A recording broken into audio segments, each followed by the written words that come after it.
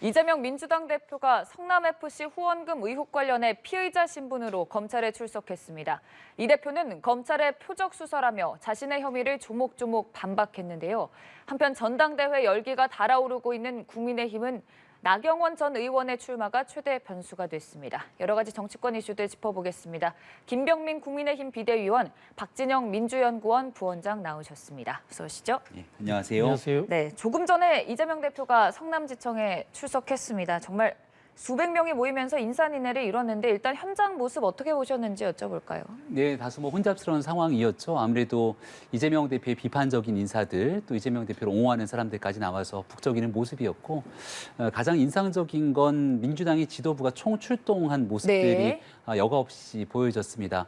이재명 대표가 성남시장 시절 있었던 일이고, 또 여기에 대해서는 이미 대통령 선거에 나오기 전부터도 관련된 내용들에 대한 수사 상황들이 다 얘기가 나왔던 부분들인데, 이걸 민주당 지도부가 다 함께 이 민주당의 일인 것처럼 오늘 검찰 앞에 나왔던 모습들이 과연 국민들께 어떤 모습으로 비춰질까라는 생각이 첫 번째로 들었고요.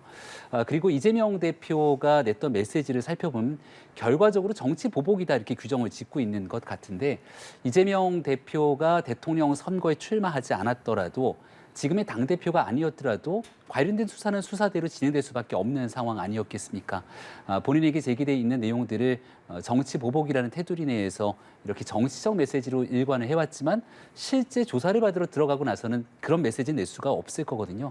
과연 어떤 방식으로 법리적 대응을 하게 될지 굉장히 주목이 됩니다. 네, 지도부가 동행한 부분, 그러니까 뭐 박홍근 원내대표, 정청래 최고위원 등 일부 인사들 모습도 계속 보이기도 했는데 이 부분에 대해서는 의견이 좀 엇갈렸었거든요. 결국 동행하게 된 배경 짚어볼까요? 본인들이 가고 싶어 하셨으니까요. 아, 네. 이재명 대표가 뭐 내가 검찰 충성하는데 나와달라 이렇게 했겠습니까?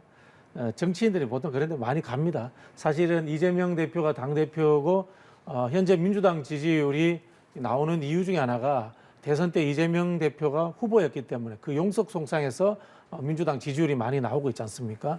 그 이야기는 뭐냐면은 지금 민주당과 이재명이 이 꼴 등치화되어 있는 이런 상황입니다. 정치적으로. 네. 이런 상황에서 당의 구성원들이 이재명 대표를 지켜야 되겠다라는 그런 의지의 표현이기도 하고요. 또 개인적으로 보면은 정치인들이 다 저런 데 가고 싶어 합니다. 사실 뭐 저도 뭐 가고 싶었습니다만은 아, 네. 예, 물론 뭐 저기 가서 옆에 가서 힘을 보태는 것도 중요한 일입니다만은 또 이런 방송에 나와서 이재명 대표의 뜻을 전달하는 것도 의미 있는 일이다 해서 이렇게 방송에 나왔거든요. 아마 방송이 없는 정치인들은 웬만하면 다 가셨을 겁니다. 아, 네. 뭐 어찌저찌 얘기는 많고 탈도 많았지만 일단 소환 조사 받기 위해서 이재명 대표 검찰에 출석했고요. 포토라인에 서가지고 입장도 표명했습니다. 사법 쿠데타다. 정치 보복인 건 알지만 그럼에도 나는 당당하게 소환 조사에 임하겠다. 입장을 밝혔는데 뭐 기억에 남는 말들이 있었습니까? 저는 김대중 노무현 대통령 이야기가 가장 기억에 네. 남았다 이런 생각이 드는데요. 박홍근 원내대표가 그 이야기했습니다. 제1야당 대표 검찰 소환은 헌정사상 처음이다. 그 이야기를 했는데요. 저는 거기에 덧붙여서 지자체장이 공공기관에 광고비를 받았다고 해서 수사받고 검찰에 출두한 것도 역사적 처음일 거다. 그 말씀을 드리고 싶습니다. 대한민국의 수많은 지자체장들이 이런 활동들을 하고 있습니다. 하고 있는데요. 왜 법은 공정하게 만인에게 평등하지 않는가? 이 말씀을 좀 드리고 싶고요. 김대중 대통령이 내란 음모죄로 검찰에 의해서 기소되었습니다. 노무현 대통령의 논두렁 시계도 검찰에 역시 의도된 불순한 기획이었죠. 그죠? 그렇고 또 하나 말씀드리겠습니다. 윤석열 대통령이 검사 시절에 BBK 특검팀에 참여했습니다. 이명박 대통령의 제가 기억하기로 2007년 말부터 2008년 초 이명박 대통령이 취임했을 때입니다. 그때 BBK에서는 아무런 의혹도 나오지 않았습니다. 그런데 이명박 대통령이 퇴임하고 난 이후의 조사에서는 왜 문제가 나왔을까요? 왜 대한민국 검찰은 사람에 따라서 다르고 시기에 따라서 다른가? 그 문제를 근본적으로 저는 제기했다. 이 말씀을 드리고 싶네요. 네, 전임 대통령들을 언급한 부분 기억에 남는다고 하셨는데요. 네, 그러니까 이재명 대표가 얘기했던 건 결과적으로 이제 경찰에서 무혐의가 났던 부분들을 강조하고 있는 것 같은데요. 경찰에서 무혐의로 정리가 됐지만 검찰에서 들여다봤을 때 여기에 대한 보완 수사가 필요하다 이렇게 얘기를 했고, 그 보완 수사가 진행되고 있었던 것은 정권이 바뀐 윤석열 정부의 일이 아니라 문재인 정부가 임기를 거의 마무리되고 있었던 그 시기에 있었던 일이기 때문에 정권이 바뀌고 난 다음 정치 보복하듯이 이런 일들이 벌어졌다라고 보기에는 상당한 무리가 있을 수밖에 없다 저는 이렇게 생각을 합니다. 지금 이 성남 FC 건과는 조금 관련이 없지만 네. 대장동에 관련된 내용 속에서 한겨레 신문의 간부가 김만배 씨 대장동 일당들에게 수억 원의 돈을 받은 것 때문에 큰 논란이 되지 않았습니까? 그리고 난 다음 한겨레 신문의 편집국장 등 대표에 이르기까지 줄줄이 도의적 책임을 지고 여기에 대해 국민께 고개를 숙이게 되는 상황들이 발생합니다. 성남 FC를 비롯해서 대장동에 관련된 무수히 많은 일들 중에 이재명 대표의 최측근이라고 할 수 있는 정진상 실장이 항상 모든 일들에 같이 연루가 돼 있죠. 성남 FC에서도 관련된 혐의에 공범으로 기소가 돼 있는 상태고 또 대장동 일당들에 관련된 내용 속에서도 여전히 대장동 일당으로 돈을 받은 혐의로 또 기소가 돼 있는 것 아니겠습니까?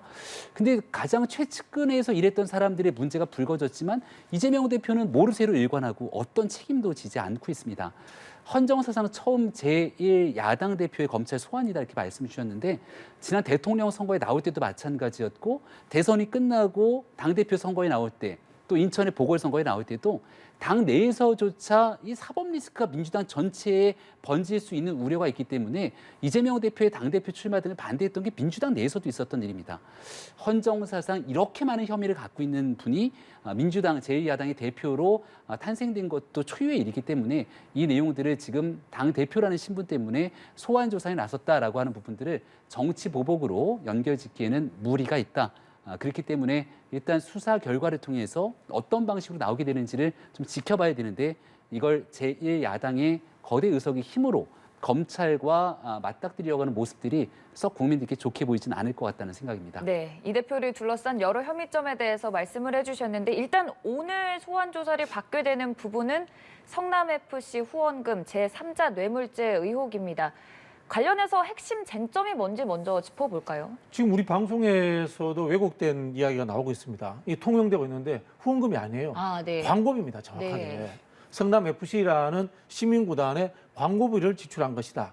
이렇게 좀 정정을 이제 말씀을 드리고 싶고요. 네. 이게 뭐 통용되다 보니까 뭐 그렇게 이게 사실 검찰에서 후원금을 받은 것처럼 통용을 시키는 거죠. 네. 후원금을 받았다고 하니까 정치인이 후원 계좌로 받은 것처럼 이렇게 오해시키는 그런 하나의 역할들을 하는 겁니다. 네. 정확하게 성남 FC의 광고비로 들어온 겁니다. 그러니까 지금 나오고 있는 저 후원금이 광고비죠, 광고비. 성남 FC 축구팀의 유니폼이라든가 네. 또는 뭐 엠블렘이라든가 뭐 이런 것에 대한 광고비로 지출된 것이다.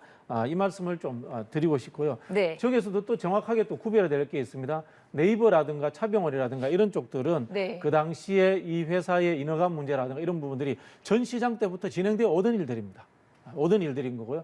이것은 정확하게 말하면 이재명 대표가 시민구단인 성남FC의 운영을 위해서 시민 세금을 적게 쓰기 위해서 광고비를 많이 모으는 과정에서 생긴 일들이다. 이렇게 봐야 되고요. 그리고 이제 제3자 뇌물이라는 거 하는데 이재명 대표 호주머니로 단돈 1원도 들어간 게 없습니다. 근데 검찰에서 무슨 이야기를 하냐면 시민들에게 인기가 올라갔고 정치적 이득을 봤다. 그런 이야기를 합니다. 정치인이 정치적 이득을 보고 시민에게 인기 올라가기 하기 위해서 집행부 일을 하는 거 당연한 거 아니겠습니까? 대통령이 그러면 일을 잘해가지고 대통령이 예산도 풀어주고 국회의원들이 지역구 예산 따와가지고 그러면 인기가 올라가면 그게 제3자 뇌물입니까? 이거 자체가 상식적으로 성립이 안 되는 일을 가지고 이것을 죄라고 지금 검찰이 억지로 우기고 있는 겁니다. 네, 일단 검찰은 혐의 입증에 자신하고 있는 상황이고 이 대표는 무혐의를 계속해서 주장하고 있는데 법적으로 이걸 입증해내느냐가 중요할 것 같습니다. 어떤 제가 부분? 네. 다시 한번 말씀드리면 이거는 혐의 입증의 문제가 아니고요. 법리 논쟁의 문제입니다. 법리 논쟁. 법리 네. 논쟁의 문제입니다. 법리 논쟁의 측면에서 결국 이 대표가 말하는 대로 결과가 날까요? 아니면 검찰이 자신 있어 하는 부분으로 치닫게 될까요? 제3자 뇌물하면 많은 국민들께서 기억하시게 되는 사건이 지난 국정농단 사건으로 네. 기억을 하실 겁니다. 당시 경험이 있었던 검사가 이번 일에 대해서 수사를 앞두고 이제 뭐 증거가 차고 넘친다, 혹은 관련돼서 혐의점에 자신감을 가지고 있다라고 하는 내용들이 언론 보도를 통해 나오고 있는 것 같은데요. 조금 전 이제 말씀 주시거나 민주당에서 얘기할 때 이재명 대표에게 100원 한 장 들어간 일이 없다 이렇게 얘기를 하지만 네. 이재명 대표가 직접적인 돈을 받으면 이건 제3자 뇌물이 아니죠. 직접 뇌물입니다.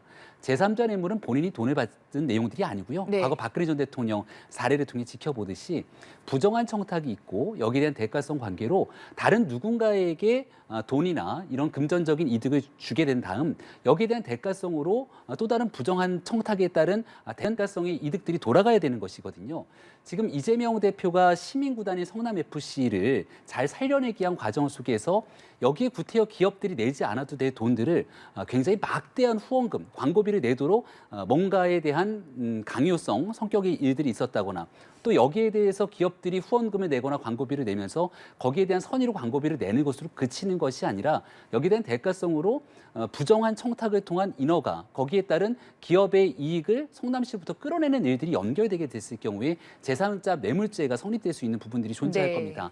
지금 현재 나오고 있는 일들 중에 또 하나의 쟁점 중에 하나는 이재명 대표의 측근들이 성남FC에서 또 활동을 하면서 이렇게 광고비를 따오고 거기에 대한 인센티브로 수억 대의 돈을 가져간 것 아니냐 이런 의혹들까지 함께 겹쳐져 있습니다. 단순하게 성남FC를 살리는 과정에서 정치적 이득을 도모한 것인지 주변에 있는 측근들이 성남FC의 광고비에 대한 금전적인 이득들까지 함께 가져가게 된 것인지 등을 두루 살펴보게 될 것이고요.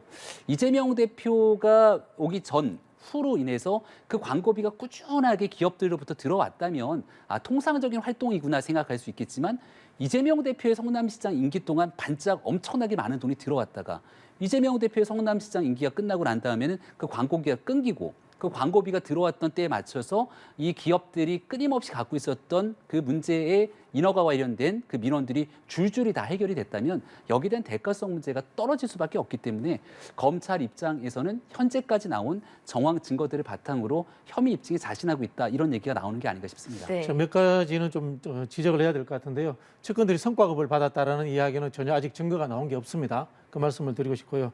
왜 이재명 대표 때는 그렇게 그러면 광고비를 많이 받았느냐? 유능한 겁니다. 뭐 이렇게 좀 해석이 될 것 같고요. 예를 들어 보겠습니다. 윤석열 대통령이 외국에 기업을 유치합니다. 외국에 기업을 유치하면서 공단을 한국에 짓돌아 갑니다. 그런데 그 공단에 대해서 세수 문제라든가 이런 것들을 깎아줍니다. 그러면 그다음에 이 토지를 좀 무상으로 주기도 합니다. 그러면 그게 제3자 뇌물입니까? 아닙니다. 엄청난 유능한 공을 세운 겁니다. 그리고 예를 들어 볼게요. 두산 관련해 가지고 이재명 대표가 그 시장 시절에 어떤 일이 있었냐면 100억 정도의 토지 관련해서 두산이 보상금을 내놓습니다. 보상 차원에서. 그다음에 고용 유발 효과가 한 3천 명 정도가 생겼습니다. 이거는 유능하게 일을 잘한 겁니다. 이건 정치인이 당연히 해야 될 일을 한 것을 가지고 이것을 가지고 죄를 뒤집어 씌우면은 대한민국에서 정치할 사람이 하나도 없습니다. 제가 앞서서 말씀드린 것처럼 국회의원이 예산 땄다고 잘했다고 지금 플랜카드 붙입니다. 그러면 국회의원 인기가 올라갑니다. 그거 다 제3자 뇌물이 되는 겁니다. 네. 그러니까 지금 쟁점이 되는 부분이 제3자 뇌물죄, 부정한 청탁을 받고 대가성 뇌물들을 받았느냐라는 부분에서 검찰이 집중적으로 수사를 하고 있는 상황인데 앞서 김병민 비대위원께서 말씀해 주셨다시피 이게 박근혜 전 대통령 때도 제3자 뇌물죄로 징역 15년을 받은 바를 두고 국민의힘에서는 유죄다라는 주장을 좀 하는 상황인데 그거 제가 다시 한번 말씀드릴게요. 결국 미르재단은 재단법인이지만은 최순실 씨의 사적 근거입니다. 네. 사적 근거이기 때문에 최순실 씨가 언제 마음 먹으면 언제든지 돈을 꺼낼 수 있고 거기 돈을 유용해서 쓸 수가 있는 겁니다. 성남FC는 공기업입니다. 공기업. 완벽하게 차이가 나는데 그것을 사적 이익을 편취한 것처럼 왜곡하고 있는 겁니다. 네, 이 맥락에서 이 대표도 오늘 미르재단은 사유화하는 거고 성남FC는 공적인 측면에서 자신이 운영을 하는 거다라고 좀 차이가 있다라는 입장을 밝혔거든요. 네, 그 성남 시민구단으로서의 성남FC가 본 기능을 다하기 위해서는 정진상 실장이라고 하는 이재명 대표의 최측근이 중간에 끼어서 모든 일들에 대한 의사결정을 좌지우지하게 돼서는 네. 안 되는 일이겠죠. 근데 지금까지 검찰이 확보했다라고 얘기하고 있는 부분들은 여기에 대한 조사 등을 토대로 중간에 있는 정진상 실장을 통해서 모든 것들이 정리될 수밖에 없는 상황임을 나름대로 확인을 했던 것 같고 이재명 대표가 여기에 모종의 영향력을 행사하거나 이를 토대로 인허가에 대한 허가권을 풀 수 있는 건 시장의 권한인데 여기에 대해서 말씀 주셨던 것은 기업에 대해서 충분하게 혜택을 주고 성남시에 도움이 되게 하는 일인데 뭐가 잘못이냐 이렇게 얘기를 합니다만 그런 방식이라면 지금 각종 지자체장들은 해당되는 기업들에게 모종의 특혜를 통해서 뭐든지 다 도시계획의 인허가 변경을 통해서 많은 부분들을 풀어서 기업에 특혜를 주고 이거 우리 기업과 지역을 위해서 한 일이다라고 이야기할 수 있는 여지가 남아있는 것 아니겠습니까? 하지만 모든 행정이라는 것은 법과 원칙에 따라 진행이 될 수밖에 없는 거기 때문에 도시계획상 용도지역 변경이라는 게 얼마나 어렵고 힘들게 진행되는 것인지는 아마 현장에서 조금이라도 일을 해보신 분들이라면 알 수 있을 겁니다. 풀리지 않았던 일들이 이렇게 대가성의 후원금, 광고비를 통해서 모종의 이득을 전해주게 되고 기업이 갖고 있는 핵심적인 민원들, 용도지역 변경들이 풀리게 됐다면 앞으로 모든 기업들 입장에서는 그런 방식으로 돈을 쓰고 필요한 일들은 해결하면 되는 일 아니겠습니까? 이 일에 대해서 지금 미르재단, K스포츠 재단이 있었던 과거의 방식의 재단의 성격은 다를 수 있겠지만 여기에 이재명 대표와 이재명 대표의 거의 대리인격으로 볼 수 있는 정진상 실장이 성남FC 일에 얼만큼 깊이 관여했는가 여부에 따라서 이게 시민구단이 성남FC의 자율성에 놔둔 부분인 건지 아니면 시장이 직접적으로 인허가 등에 대한 모든 일부터 여기에 대한 후원금 모금까지 개입하게 된 것인지에 대해서 오늘 조사를 통해 아마 따져 묻지 않을까 생각합니다. 네. 저는 이게 우리나라 이제 검찰들이 법을 보는 근본적인 시각의 잘못됨이 있다고 생각을 합니다. 물론 운영하는 방식에 있어서 선택적으로 적용하는 것도 문제가 되겠지만요. 예를 들면 이런 거 아니겠습니까? 우리가 이제 도로에 과속의 위험이 많은 곳이 있지 않습니까? 위협이 많은 곳에 있는데 거기에 CCTV를 다는 것은 과속을 하지 말라는 뜻입니다. 근데 거기에서 단속 건수를 많이 올리려면 어떻게 됩니까? CCTV를 달지 않고 경찰이 숨어서 보면 됩니다. 그러면은 수많은 범죄자가 양산됩니다. 자, 법이 존재하는 이유가 범죄자를 잡기 위해서입니까? 공공의 안녕과 질서를 위해서입니까? 공공의 안녕과 질서를 위해서 법이 존재해야 되는 겁니다. 그러면은 법이라는 것은 적용될 때 모두가 다 저 사람은 범죄를 저질렀다라고 상식적으로 인정이 될 때 이제 범죄자가 되어야 되는 겁니다. 근데 법을 어떤 때는 확대해서 하고 어떤 때는 축도 확대해가지고 법을 사용하는 이 도구자로 쓰는 검찰의 마음대로 인해서 누군가는 범죄자가 되고 누군가는 범죄자가 안 되는 상황이면은 이게 제대로 만인 앞에 평등한 법이라고 할 수가 있겠습니까?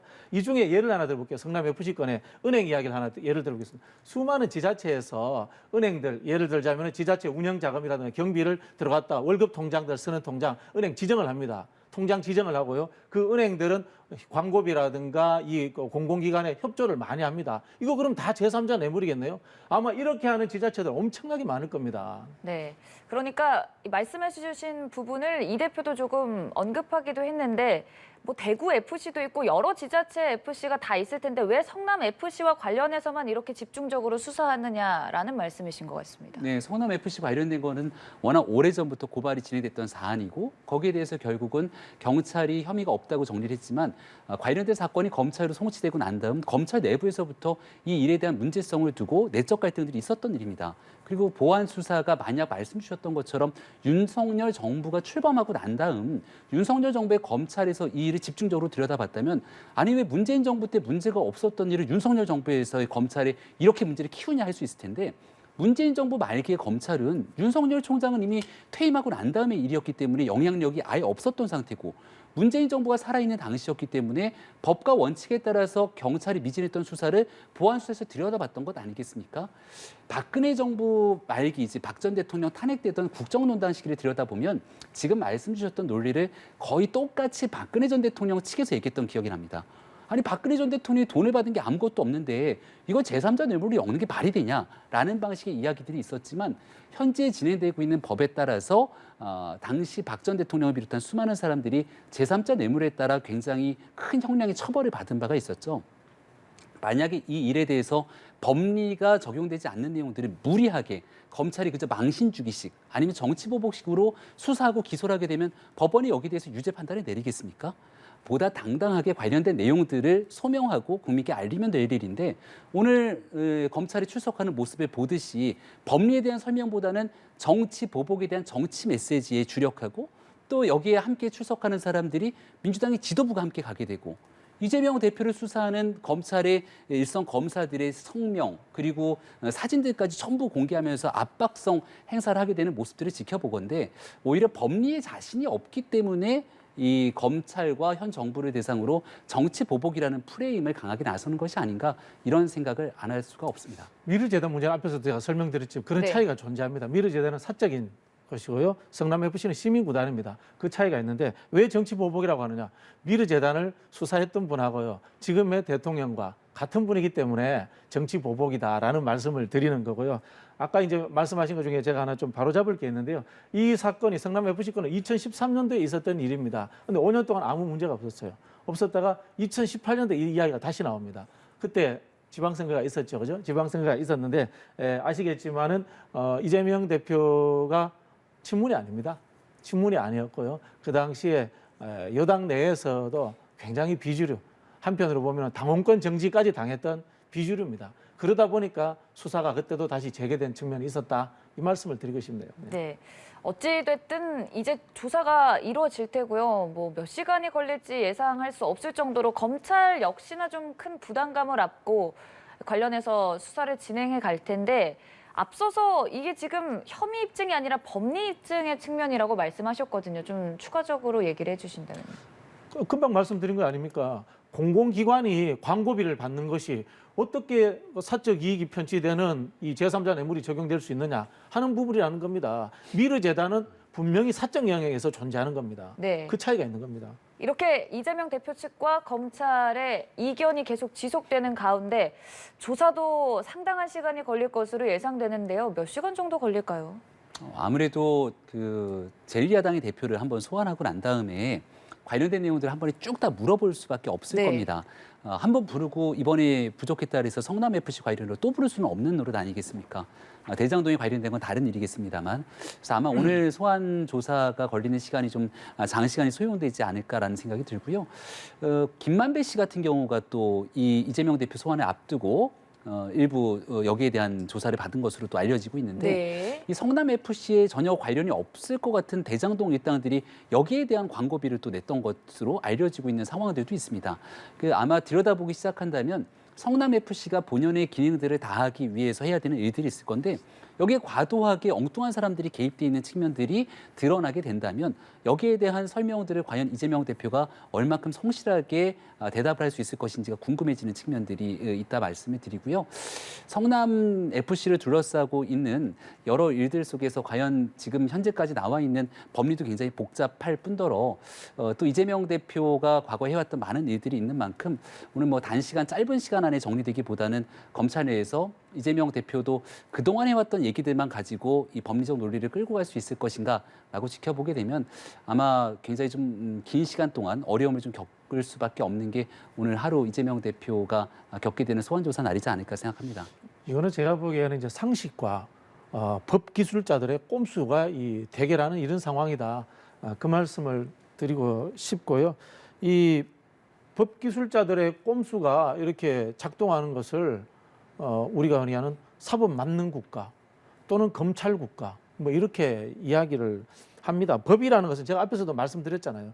만인에게 평등해야 되고 보편적으로 타당성을 가지고 있어야 됩니다. 상식에 어긋나면 그게 법이겠습니까? 그런데 한국 사회에 역사적으로 아까 노무현 대통령, 김대중 대통령 이야기했습니다마는 유신 시절, 군사 정권 시절에 앞잡이가 돼서 김대중 대통령에게 사형 구형을 한 사람은 누구겠습니까? 그 당시도 검사들입니다. 똑같은 겁니다. 노무현 대통령의 논두렁식에 이야기한 사람들도 검사들입니다. 이명박 대통령이 BBK가 아무 죄가 없다고 한 사람들도 검사들입니다. 나중에 이명박 대통령을 또 기소한 사람들도 또 검사들입니다. 저는 그런 부분에서 제발 좀 상식적으로 생각했으면 좋겠습니다. 좀 일관성 있는 입장으로 이재명 대표도 이 사건을 바라봤으면 좋겠는데요. 검사가 그렇게 문제가 있고 그랬다면 경찰은 지금 무혐의로 문제가 없었다는 것 아닙니까? 이재명 대표에게 제기됐던 그 굉장히 중요한 논쟁 중에 하나가 아내인 해경군 김 씨에 관련된 의혹들이 있었습니다. 지난 2018년도 지방선거를 전후해서 이 일이 굉장히 뜨거운 민주당 내 쟁점이었죠. 경찰에서는 해경군 씨 의혹이 문제가 있다고 검찰에 넘겼습니다. 근데 검찰에서는 최종적으로 이게 문제가 없다고 불기소 처분으로 끝내버렸죠. 그렇다면 이재명 대표에게 면죄부를 준 것도 검찰 아닙니까? 그럼 경찰은 문제가 있다 그랬는데 문제가 없다고 얘기했던 검찰은 문제가 있다는 얘기입니까? 그럼 이재명 대표는 왜 그때는 검찰에 대해서 이런 방식으로 문제를 강하게 제기하지 않습니까? 법리적인 사안에 따라서 과거 국정농단 사건에 대한 지금의 여권 진영에 대해서 검찰이 강력한 칼을 꺼내들었을 때는 정의로운 검사를 얘기하고 있다가 지금 그 칼이 다시 같이 동등한 논리에 따라서 관련된 혐의들에 대한 자당에 대한 문제를 귀결되게 될 때는 역시 또 이제 검찰에 대한 잘못된 일들로서 문제를 제기하게 된다면 똑같은 형평성 있는 차원에서 문제가 정리되지는 않겠죠. 지금 현재는 무죄 추정의 원칙에 따라서 모든 것들에 대한 혐의가 있다고 단정하기는 어렵습니다. 하지만 최종적으로 재판 결과가 나와서 문제가 있게 된다면 여기에 대한 인정을 해야 되는 것이고 지금까지 나와 있는 내용들만으로 충분하게 검찰이 수사할 수 있는 가능성들, 개연성들은 저는 여전히 널려 있다고 생각을 합니다. 근데 이걸 단순하게 윤석열 정부와 또 검찰이 갖고 있는 무리한 권력들을 휘두른다고 하나의 프레임으로 가져가는 순간 이재명 대표가 법리적으로 국민께 설명하지 못하게 되고 정치적인 본인의 이 같은 해명에 대해서 큰 설득력을 얻기는 어렵지 않을까 생각합니다. 네. 저는 이런 생각이 드는데요. 문재인 정부 시절에 있었던 적폐 수사 부분에서 직권 남용 문제나 특활비 문제가 과도하게 적용되었다는 생각을 저는 갖고 있습니다. 이거는 그 당시에 민주당이 굉장히 뭐 호응을 하고 박수를 쳤을지 모르겠지만은 이재명 전 대표 입장이 또 좀 다르다 이 말씀을 드리고 싶고요. 문재인 정부에서 적폐 수사를 과도하게 적용해서 한 사람은 윤석열 지검장, 윤석열 검찰총장이었고요. 지금 윤석열 대통령의 입장으로서 대통령에 있는 자리로서 검찰에게 저는 영향력이 행사돼서도 과도한 수사가 이루어지고 있지 않는가라고 이렇게 의심을 해봅니다. 네. 네. 일단 주사위는 던져졌고 조사를 오늘 철저하게 받게 될 텐니다. 벌써부터 검찰이 다음 단계 어떤 수순을 밟을지 전망이 나오고 있는데요. 불구속 기소로 갈지 아니면 영장 청구를 위한 절차를 밟을지 좀 그 이후 단계 전망해 본다면요. 구속영장 청구가 의미가 없지 않습니까? 이미 1월 임시국회가 시작이 됐고 지난번 노웅래 의원에 대한 체포동의안 부결에서 바라보듯이 민주당이 갖고 있는 의석의 힘으로 언제든지 구속영장 청구와 막아세우겠다라고 하는 그 예고의 모습을 오늘 이재명 대표 출석하는데 지도부가 쭉 가서 다 보여주는 일 아니겠습니까? 검찰이 만약 문제가 있어서 구속영장을 청구하면 여기에 대해서 누구에게나 동등하고 평등하게 법원의 영장실질심사 과정을 거쳐서 말씀 주신 것처럼 문제가 없으면 법원이 다 기각할 겁니다. 아니 이게 제1야당 대표 증거인멸 도주의 우려가 없는데 구속영장 침하는 사건이야라고 할 텐데요. 지금 구속영장을 치더라도 결국 체포동의안이 부결되게 되면 법원의 영장실질심사를 받을 수 있는 기회조차 박탈이 되는 겁니다. 그런 측면에서 이재명 대표가 더 자신감을 갖고 있다는 수사에 임하고 있는 것이 아닌가 이런 생각이 들게 되는데 아마도 검찰 입장에서는 구속영장 청구에 실익이 없는 상태 속에서 아마도 오늘은 전체적인 조사를 통해서 관련된 사건을 매듭 짓기 위한 그 이후 단계들을 거쳐가지 않을까 생각합니다. 네, 불구속 기소 쪽에 네. 좀 가능성을 실으시는 것 같은데 그러니까 지금 회기내 국회의원에게 불체포 특권이 있기 때문에 구속 전 피의자 신문 영장 실질 심사를 받기 위해서 체포를 하려면 다시 또 체포 동의안 가결되느냐 부결되느냐 이 절차를 국회에서 거쳐야 되는데 이미 노웅래 의원 때 한번 부결됐던 결과가 있기 때문에 불구속 기소로 그냥 검찰도 가지 않을까라는 전망을 그건 이제 내주셨어요. 검찰의 논리죠.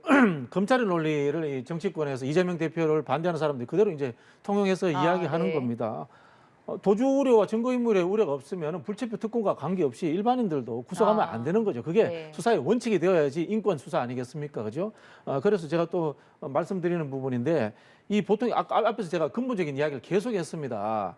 이 수사라는 것이 공공의 질서와 안정을 위해서 하는 거지 범죄자를 만들기 위해서 하는 게 아니에요. 네. 100명의 범죄자를 잡는 것보다 한 사람의 억울한 사람이 생겼으면 안 되는 거에 이게 법의 기본 원칙입니다. 그런 것들에 대해서 우리가 좀 제대로 좀 파악을 해야 되지 않는가 그런 생각이 들고요. 죄가 없으면 수사받으라고 하는데 죄가 없는데 왜 수사받습니까? 예전에 제가 좀 연식이 좀 됩니다만은 심영래라는 개그맨이 그 유머 1번지 나가서 주민등록증 좀 봅시다 이렇게 이야기합니다. 그거 엄청난 개인의 자유에 대한 탄압입니다. 전두환 박정희 시절에나 있었던 왜 죄가 없는 길 가는 사람을 붙잡아서 신분 확인을 합니까? 왜 죄가 없는데 수사를 받아야 되면 죄가 없으면 수사 안 받는 겁니다. 그렇게 좀 접근했으면 좋겠습니다, 저는. 네, 박진영 부원장께서는 구속할 사유 자체가 없다. 결국 결과적으로 두 분 모두 불구속 기소할 것이란 전망을 내주셨는데 일단 지금 조사 이후에 또 이 대표가 입장을 별다르게 밝힐까요? 글쎄요, 저는 뭐 이 정리 차원의 말씀을 하실 거라고 네. 봅니다. 정리 차원의 본인이 이제 법리적으로 이러이러한 부분에 대해서 이것은 전혀 유죄가 성립되지 않는다는 이야기를 할 것으로 보이고요. 그리고 또 한편으로 이 검찰 정권이 휘두르고 있는 횡포 문제에 대해서 어떤 대응책에 대해서 말씀을 하지 않을까 뭐 그런 예측이 됩니다. 네. 대응책이라고 하면 어떤 방향으로 좀 얘기를 내놓을까요? 국회가 유일하게 견제할 수 있는 곳이 아니겠습니까? 네. 그렇다면 결국 민주당 내 단일 대우 방향성을 뭐 제시할 특검 거라고. 이야기라든가 이런 부분을 이야기할 수 있죠. 기존에 있었던 대장동과 김건희 씨의 도이치모터스 주가 조작 의혹에 관한 쌍특검 이야기라든가 이런 부분들이 다시 나올 수도 있지 않을까 그렇게 예측을 해봅니다. 네, 어떤 생각이세요? 뭐 국민적 동의를 얻기 어려운 일이겠죠. 본인이 제기되고 있는 혐의에 대해서 어떤 조사를 받았는지 이제 묻게 될 텐데요. 문득 박지원 전 원장의 소환조사 전과 후가 생각이 났습니다. 소환조사 받으러 가기 전에는 당당하게 국정원 서버 삭제 같은 건 일어나지 않는다라고 쭉 얘기를 하다가 소환조사 받고 나오는 길에 가서 보니까 서버 삭제가 되더라. 그러면서 검찰이 여러 가지를 많이 들고 있더라. 이렇게 또 말이 바뀌는 경우도 존재합니다. 지금 이재명 대표 같은 경우는 많은 준비를 하고 오늘 들어갔겠죠. 하지만 검찰도 마찬가지로 관련된 주변인들에 대한 충분한 소환 조사 그리고 관련자들에 대한 내용들을 바탕으로 오늘 이재명 대표에 대한 물음이 있을 건데 장시간 조사를 마치고 나오는 이재명 대표가 오늘 있었던 조사에 대해서 어떤 표정 또 어떤 대답을 하는지가 굉장히 좀 의미 있게 다가오지 않을까 싶고요. 죄가 없다고 주장을 합니다만 대한민국에 있는 수많은 범죄자들은 본인이 죄가 있다고 주장하는 경우들이 아무도 없습니다. 그리고 이재명 대표는 과거에 있었던 야인 정치인 시절부터 대통령의 범죄나 권력자의 범죄에 대해서 성역 없는 수사를 아주 강하게 주장해 왔기 때문에 사이다 정치인으로 불리지 않았습니까? 대한민국 국가 의전 서열을 치면 꽤 높은 순위에 있을 겁니다. 제1야당 대표이기 때문에 169석을 갖고 있는 거대 국회 제1당의 대표이기도 하고요. 본인 스스로가 기득권입니다. 그 기득권이 특권처럼 비춰지지 않도록 잘못돼 있다고 제기되고 있는 많은 일들에 대해서 성역과 특권 없는 수사에 임하면서 본인의 무죄를 입증하기를 바랍니다. 네, 결국 조사 이후 이재명 대표의 표정 하나, 말 하나하나 주시하고 있을 것이란 말씀이신데 민주당 내에서도 정말 기다리는 심정이 많이 좀 그럴 것 같습니다. 어떤 분위기인가요? 뭐 이제 예를 들어서 이제 비명계라고 이야기되는 뭐 전해철 의원이나 이런 분들도 굉장히 지금 이재명 대표를 응원을 하고 있습니다. 전해철 의원도 법조인 출신이에요. 그리고 또 민정수석도 했고요. 이게 통상적 상식에 이게 어긋나는 겁니다. 공직자가 일 잘했다고 뇌물 받았다, 그 국민들한테 인기 끌었다고 뇌물 받았다, 이게 말이 됩니까 상식적으로? 우리 지금 한국 사회가 저는 법 기술자들에 의해서 굉장히 왜곡되어 있다 이런 생각이 들고요. 사실 이야기는 4년 전, 5년 전에 국민의힘도 똑같이 했습니다. 국민의힘도 똑같이 했고 그 당시 주역은 제가 앞에서도 말씀드린 것처럼 윤석열 서울중앙지검장, 윤석열 검찰총장이었고 지금은 윤석열 대통령 정부 하에서의 검찰이다. 이 말씀을 드리겠습니다. 네. 저도 마지막 한마디만 네. 더 드리면 지난번 대장동 문제가 막 불거졌던 그 2021년 추석이 기억이 나는데요. 처음 문제 불거지니까 이재명 대표가 늘 해왔던 것처럼 대장동 성남시장에 있었던 최대 치적이라고 얘기를 합니다. 근데 그 대장동 일당들이 다 드러났잖아요. 심지어 대장동 일당들이 언론사 간부들한테 돈까지 뿌려갖고 지금 문제가 커지고 그 간부들이 돈 받았던 언론사에서 줄줄이 옷을 벗는 고개를 숙이는 일들이 벌어지고 있습니다.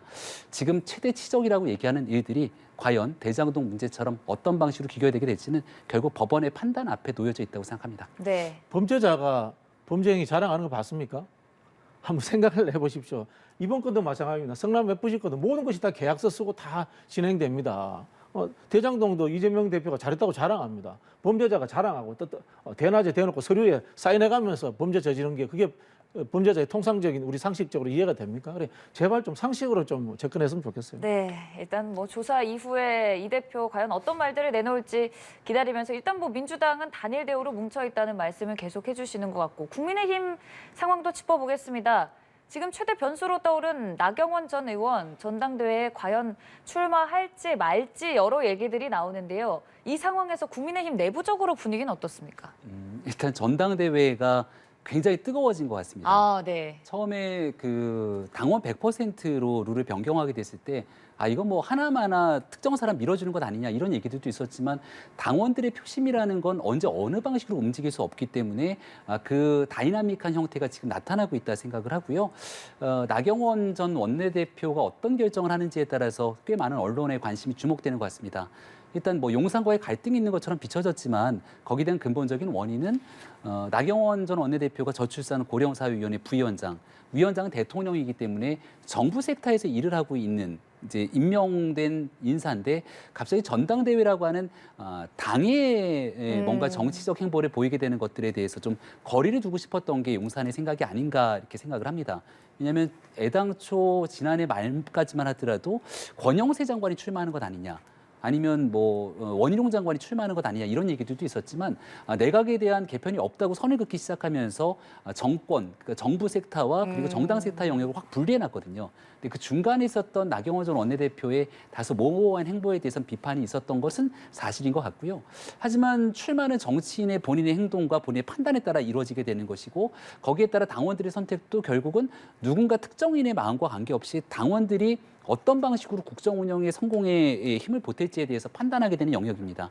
지금은 한 치 앞을 알 수 없을 정도의 상황으로 전당대회가 이어지고 있는 거라 3월 8일까지 그래도 국민의힘의 전당대회가 꽤 뜨거운 흥행 가도를 달리겠구나라는 생각을 갖고 있습니다. 나경원 전 의원이 지금 저출산 고령화위원회 부위원장으로 있기 때문에 정부 측 인사가 좀 정당 정치에 뛰어드는 것에 대한 우려가 존재한다는 말씀을 해주셨는데 그렇다면 나 전 의원이 직접 불출마 선언을 할 가능성도 높다고 보세요?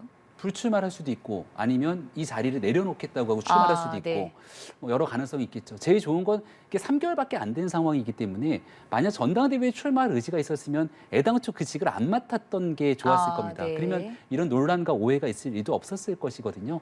하지만 또 당원들 사이에서는 여론조사가 높게 나오고 있는 만큼 만약에 출마에 대한 결심을 하게 된다면 왜 그 자리를 그만두고 출마하게 되는지에 대한 그 명분을 찾아내는 일, 그리고 만약에 당대표로 출마하더라도 용산의 윤석열 대통령과 정부 여당의 당대표는 한 호흡을 가져가야 되거든요. 지금 삐그덕거리는 것처럼 보여지는 모습을 어떻게 본인의 리더십을 끌고 갈 수 있을지에 대한 분명하고도 구체적인 명분을 찾아야 될 텐데 그 두 가지 사이에서 고심을 하고 있는 게 아닌가 싶습니다. 나 전 의원 어떤 결정 내릴까요?